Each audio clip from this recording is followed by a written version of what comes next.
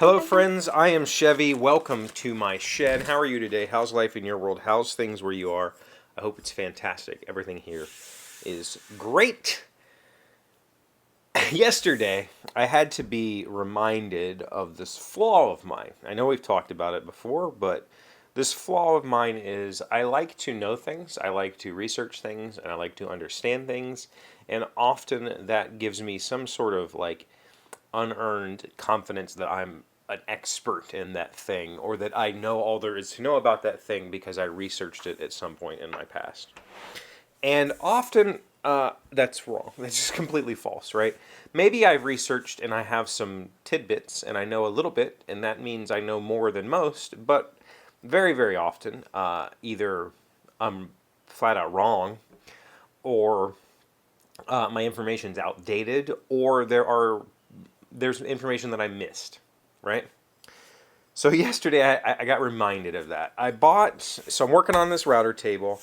I got these doors and drawers, and I wanted a kind of clean door handle, something that wouldn't like be in a distraction or something that didn't stick out really far. And I decided to use these finger pulls. These are like they go over the edge of the door or the drawer, and they're just really, really super subtle. I don't even know if you can see that on my t-shirt. Super duper subtle. And so I posted on Instagram. Here's the thing. You can put these on just like this. You can set them on your thing and screw them in and they're done. Or you can notch the door or drawer so that this sits down flush with the door or drawer. That is the preferred way. That's probably how they should be, especially in a nice fitting cabinet where the doors and drawer gaps are all perfect. You don't want this interrupting the lines of those gaps or whatever. But this is a piece of shop furniture that the gaps are all wrong anyway because I cut the pieces aren't square. But I posted it on Instagram and said, "What do you think?" And I wanted to recess these, but I also wanted confirmation that I was allowed to be lazy if I wanted to and not do it because it's work. And I have knowledge of how to do this. And the main way that I would, if I was to do this all over again, the way that I would do it is figure out where this goes on here, mark those ends of the piece with a knife, set my table saw blade to be, the thickness of this material, and then do passes on the table saw, notching that little area out, and then done. It would be a very clean, very simple, easy way to do this. But for this door and that door and the two little drawers, that's not a big deal, because I could take these drawer faces off and do that. But for all the other drawers, I didn't have access to those drawers once they were in the cabinet. So all the drawer faces got glued on with hot glue. And I don't want to deal with that, taking that all apart because the plywood that they're screwed to is crap, or the glued to is crap. It'll tear out. I don't want to take those drawer faces off to recess these. If I'd have thought this all through from the beginning, I would have cut all the recesses for these prior to installing them. But number one, I did all the work to put these drawers together before I got these. I just got these yesterday. And number two, I figured I'll figure it out. That's the main way. The other way that I could think to do this is to put this on here, mark the end like I said, mark the depth on both sides, take a small saw, make a bunch of curves, take a chisel, cut all that waste out until this fits. I could do that. It's labor intensive and it's not very accurate. Chances are they wouldn't sit quite right in some aspects. I don't own a router plane, so it'd be very hard for me to clean that up. And then the third method I thought of was to put this in a vise, mark the ends with a knife, and then take a router and just be as careful as I can, balance it on this edge, and try to clean that center area up. And I thought that's how I've seen it done. I don't know if I'm gonna, I don't know what I'm gonna do, but probably gonna go with the chisel method and move on.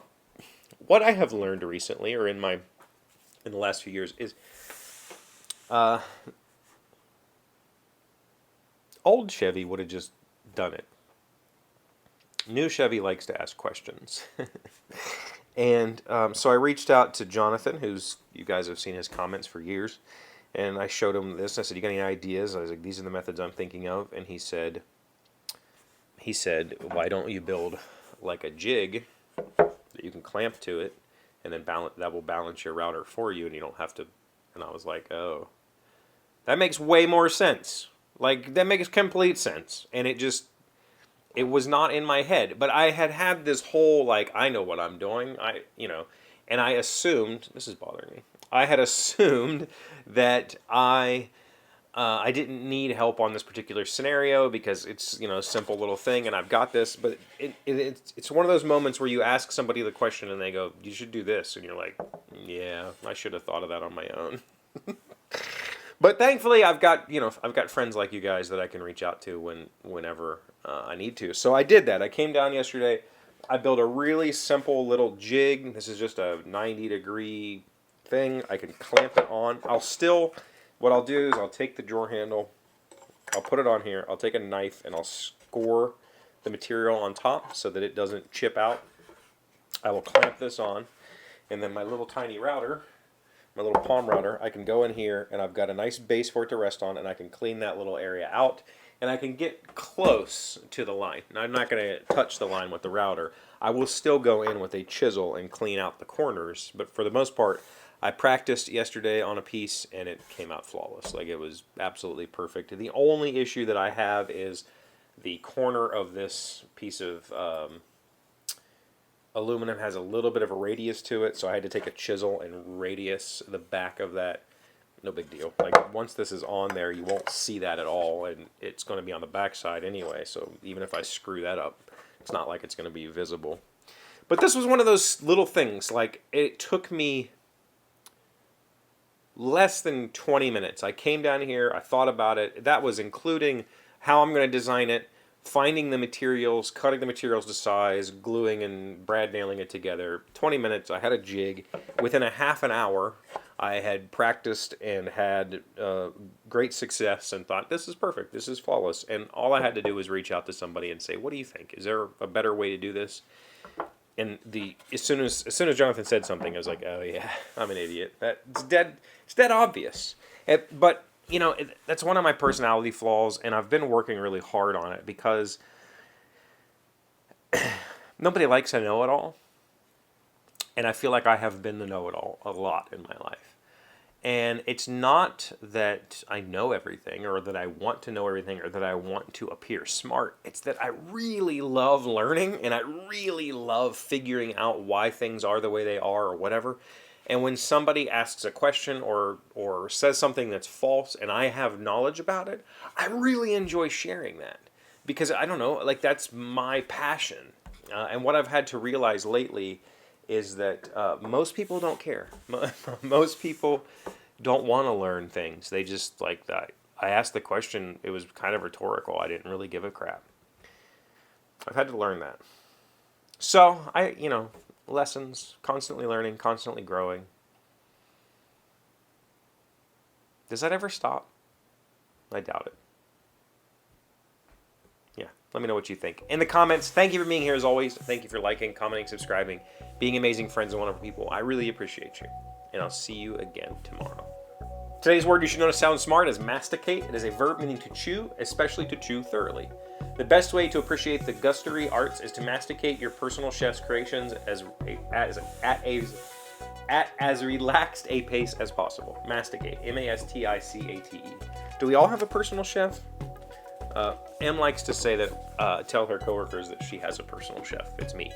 Because I love cooking. For other people, not for myself.